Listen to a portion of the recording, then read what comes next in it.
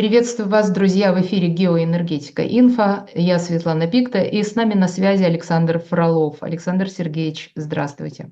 Здравствуйте, здравствуйте. Экспорт газа из России в Чехию увеличился на 530%. Куда делись объемы, которые покупала Австрия, и почему Европа готова покупать российский газ через посредников еще дороже? У нас обращает внимание, опираясь на данные чешских источников, что с января по октябрь, то есть за первые 10 месяцев года 23-го, Чехия импортировала в тоннах 145,5 тысяч тонн газа из России, а за аналогичный период этого года уже 915, ну почти 916 тысяч тонн.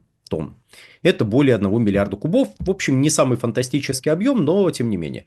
Как я понимаю, ну, учитывая, что Чехия не является крупным импортером пропан-бутана, но меня, конечно, смущает, что они в тоннах вдруг решили мерить. Но, как бы мы не можем им запретить, вот они померили в тоннах, да, действительно довольно значительный рост. Соответственно, поставки в Чехию в этом году будут больше 1 миллиарда кубов. Это не сравнить с тем, что поставляли в прежние годы, но, с другой стороны, это больше, чем было в 2023 году, как и на всех прочих направлениях в 2024 году происходит. То есть в 2024 году импорт российского газа из странами Европейского Союза увеличился довольно в процентном, безусловно, соотношении, довольно существенно. Если в прошлом году по отношению к дате записи, давайте не в прошлом, в 2023 году импортировано было порядка 27-28 миллиардов кубов странами Европейского Союза трубопроводного газа из России, то в 2024 году этот показатель составит где-то 31-32 миллиарда кубических метров. В процентном соотношении прирост колоссальный. В абсолютных значениях, разумеется, выглядит это не столь впечатляющим. Но что там с Австрией, что там с Чехией? Чехия напрямую газ сейчас не покупает, это позиция руководства, но не покупает напрямую российский газ. Но она напрямую покупает газ венгерский, словацкий. Как вы понимаете, в Словакии и Венгрии много своего газа. Вдруг неожиданно откуда-то берется. И вот знаете, вот появился газ в Венгрии и в Словакии, а Чехия такая, вот хорошо не российский, вот прям хорошо. Давайте мы купим у вас. Стоит ли пояснять, почему руководитель Словакии так волнуется по поводу транзита российского газа? А ведь Чехия – это лишь частный случай. Есть еще один частный случай – Австрия, которая перестала напрямую получать российский газ, но получает его теперь опосредованно. Я напомню, что в ноябре были введены, ну как, в ноябре австрийская компания ОМV громогласно заявила: «Ура, мы выиграли суд у Газпрома, теперь он нам должен 230 миллионов евро, но так и быть, знаем, денег у вас нет, возьмем газом».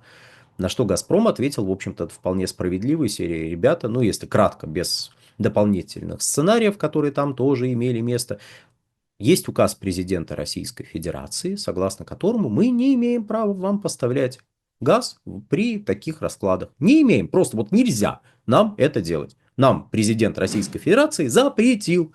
А уж извините, но как-то мы тут возьмем и вам продолжим поставлять. Это невозможно. И перестали напрямую поставлять газ. И тогда многие заговорили о том, что вот смотрите, сейчас через Украину-то сократятся поставки, потому что поставки, среди прочего, шли как раз-таки в Австрию. Австрия, по сути, была, наверное, крупнейшим покупателем российского газа, идущего через через украинский коридор.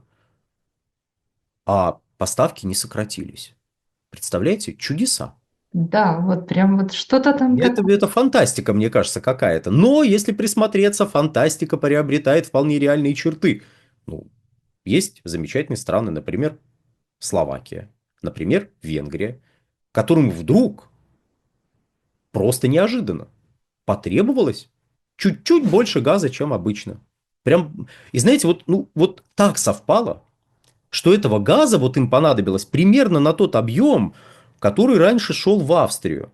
Я полагаю, что австрийские компании, которые заняты вот этой деятельностью, испытывают огромную благодарность компании ОМФАО за ее продуманную, за ее, я бы даже сказал, стратегическое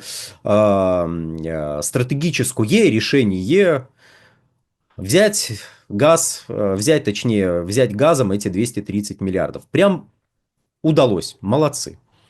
Но при этом австрийское руководство громогласно, опять же, заявило, как и компания ОМV, они любят громогласно это делать, она заявила, что нет, ребят, мы полностью защищены от любых перипетий, от любых, вот, знаете, превратностей судьбы. У нас и запасы газа, и надежные поставщики, которые рядом с нами находятся.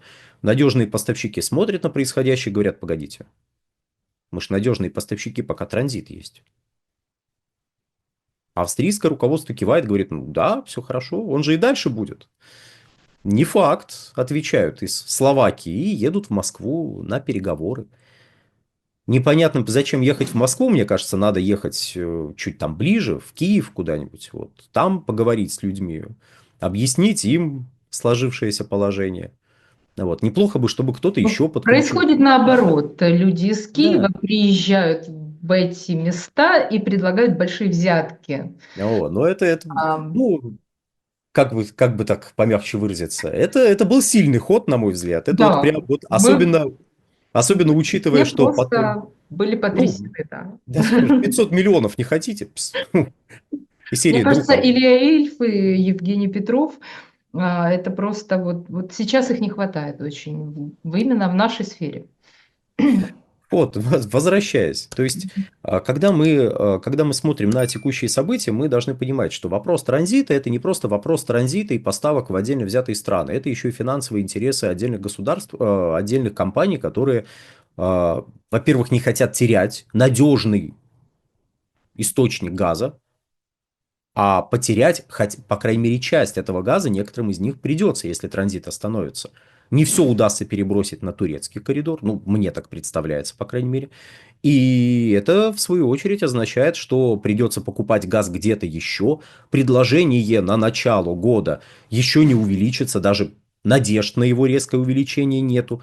Значит, придется перепокупать у кого-то, сокращать собственное потребление, сокращать среднее потребление, опять же, по Европейскому Союзу, а тут мало ли какие-нибудь погодные аномалии могут случиться. Это не факт. То есть, это не то, что я сейчас говорю, вот знаете, замерзнут. Нет. А то у нас есть часть аудитории, которая либо смотрит на завлекательные наши заголовки, которые должны шокировать, должны привлечь внимание, вот, и не слушает потом видео и комментирует заголовки. Нет, вы молодцы, кстати, если вы, уважаемые зрители, обнаружите таких уникумов в комментариях, передайте им от меня привет. Скажите, человек, который тут вот в ролике беседует, который тут вот что-то вещает, он вам огромный привет передает. Вот. А с другой стороны, некоторые люди превратно понимают заявление о том, что погодные аномалии какие-то могут быть. Европа замерзнет. Нет, не в этом дело. Просто это нам обещали года так с 14-го. Ну, Поэтому я не некоторые часть обещал. Я честно, аудитории, я вот давайте так. понятно, обещали политики, а не энергетики. Ну, я воспринимаю это следующим образом. Я это воспринимаю как некий художественный образ. То есть, вряд ли на полном серьезе кто-то подобное предполагал. Ну, по крайней мере, человек, у которого есть калькулятор, он явно Просто способен. политики мыслят именно вот этими заглушками, которые вы упоминаете. Некоторые политики. Нет, ну, с другой стороны, нет, яркий образ – это всегда хорошо. Другое дело, что за этот яркий образ не надо цепляться. Я еще раз, я искренне верю, что большинство людей, которые вот говорили, ой, Европа замерзнет, они не в полном смысле этого слова, они как художественный образ, что, мол, они испытают настолько большие проблемы, что решат, нет, мы лучше будем договариваться. Но я скажу страшное, там тоже люди упертые сидят. И вот я боюсь, если так подходить, они могут упереться рогом. Но ладно, это оставим господам политологам, продолжим дальше про транзит газа и прочее. То есть вопрос транзита газа – это вопрос денег ряда компаний, это вопрос надежности поставок газа в отдельные страны Европейского Союза, притом не только в те страны, куда напрямую этот газ идет, но и надежность поставок ряду других соседних государств, которые теперь напрямую газ не получают. Поэтому руководство Чехии может сколько угодно надувать щечки и говорить, мы независимы от российского газа, скоро станем независимы от российской нефти. Но, дорогие друзья, это примерно как рассказы немцев о том, что, точнее, немецкого руководства, мы больше не покупаем российский газ. Да, мы покупаем какой-то газ, который идет к нам через Бельгию, да, мы покупаем какой-то газ, который идет к нам через Нидерланды, Ну и что это газ был российский? Теперь это бельгийский и нидерландский газ. Мы вот так вот считаем.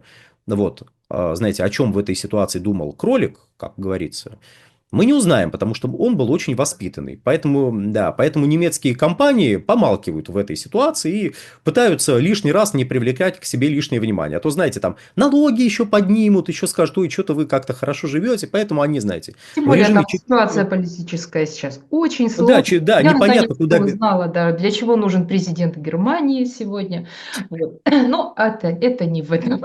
Не в этом. Да. Не, он, говорят, какие-то планы возил по разным странам, но это ладно. Мы, опять же, это господам политологам.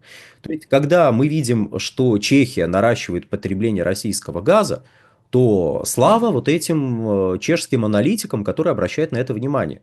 Потому как здесь получается, обратите, потому как здесь получается вообще вилка, заключающаяся в том, что мы слышим слова политиков, которые решают свои личные задачи, притом личные задачи в буквальном смысле. Перед некоторыми из ними, перед некоторыми из этих политиков стоит простой выбор. Либо ты дорабатываешь и делаешь то, что нужно, и потом уходишь на пенсию, читаешь лекции, пишешь книжки, тебе за лекции неадекватные гонорары пишут. Либо у тебя будут некие проблемы. У тебя могут быть проблемы, как у Шольца, которому периодически намекают о том, что, друг, у тебя же рыльце-то в пушку, притом в таком пушку, что ой-ой-ой, что там, может, самые неприятные могут вещи с тобой случиться. Завершая, когда чехи говорят, ой, а у нас поставки из России выросли. Когда словаки ездят на переговоры, когда австрияки в лице своего руководства гордо заявляют, нам газ не нужен, но газ идет российский через Украину и просто продается там теми же венграми, теми же словаками, то не ёкает ли у этих людей, что скоро все может измениться, потому что виртуальный газ, который вы купили, и реальные кубы, которые к вам приходят, это разные вещи. Это зачастую вещи, которые, ну не сказать, что вообще не пересекаются, а то у нас совсем уж как-то начинают размышлять про бумажный газ, что этого газа нет, что там бумажная нефть, этой нефти нет. Дело не в этом, а в том, что газ чисто физически должен быть доступен. И потребителей это беспокоит. И еще раз, что мы видим с котировками? Котировки выросли. Из-за чего? Из-за того, что новости появились о том, что все-таки, наверное, транзита не будет. Нет, транзита не будет, баста. А вот, скорее всего, этого уже хватает. А что будет с рынком? Если от смутного ожидания прекращения транзита рынок перейдет к реалиям, в котором транзита действительно не будет. А вы знаете что? А цены могут даже упасть. А знаете почему? Потому что потребление может упасть. Ну вот все сейчас так запасутся газом, что взлетевшие котировки вновь ударят по потреблению, и потребление начнет опять снижаться. Оно только-только-только попыталось выкарабкаться, а начнет снижаться. И следом за этим снизятся цены. И все захлопают в ладоши и скажут, вот как здорово, мы пережили вот эту остановку транзита. Поверьте, если такое произойдет, выйдут Урсула фон дер Ляйен, выйдут прочие вот эти шайка-лейка и скажут, видали, как мы здорово все пережили. Зачем смотреть на базовые Нужно только показатели? добавить слова одного мыслителя. Переживут не только лишь все. Да. Кстати, как там? Хочется, наконец, спросить, кстати, где он? Но он почему-то известно где, этот мыслитель. Вот. То есть, это ударит по потреблению, потребление снизится, котировки снизятся, и это преподнесут как большую победу. Потому что, на котировки надо смотреть. Вы не смотрите на потребление, вы не смотрите на индекс промышленного производства, вы не смотрите на ВВП, вы не смотрите на потребление электрической энергии. Ребята, смотрите туда, куда мы показываем, потому что нам надо надувать щечки и говорить, да, мы все делали правильно, мы принимали правильные решения. Вот как-то так. Ну На что же, этом все, дорогие друзья. да, чтобы не вестись на тупую пропаганду, смотрите наш канал и пишите, конечно, комментарии.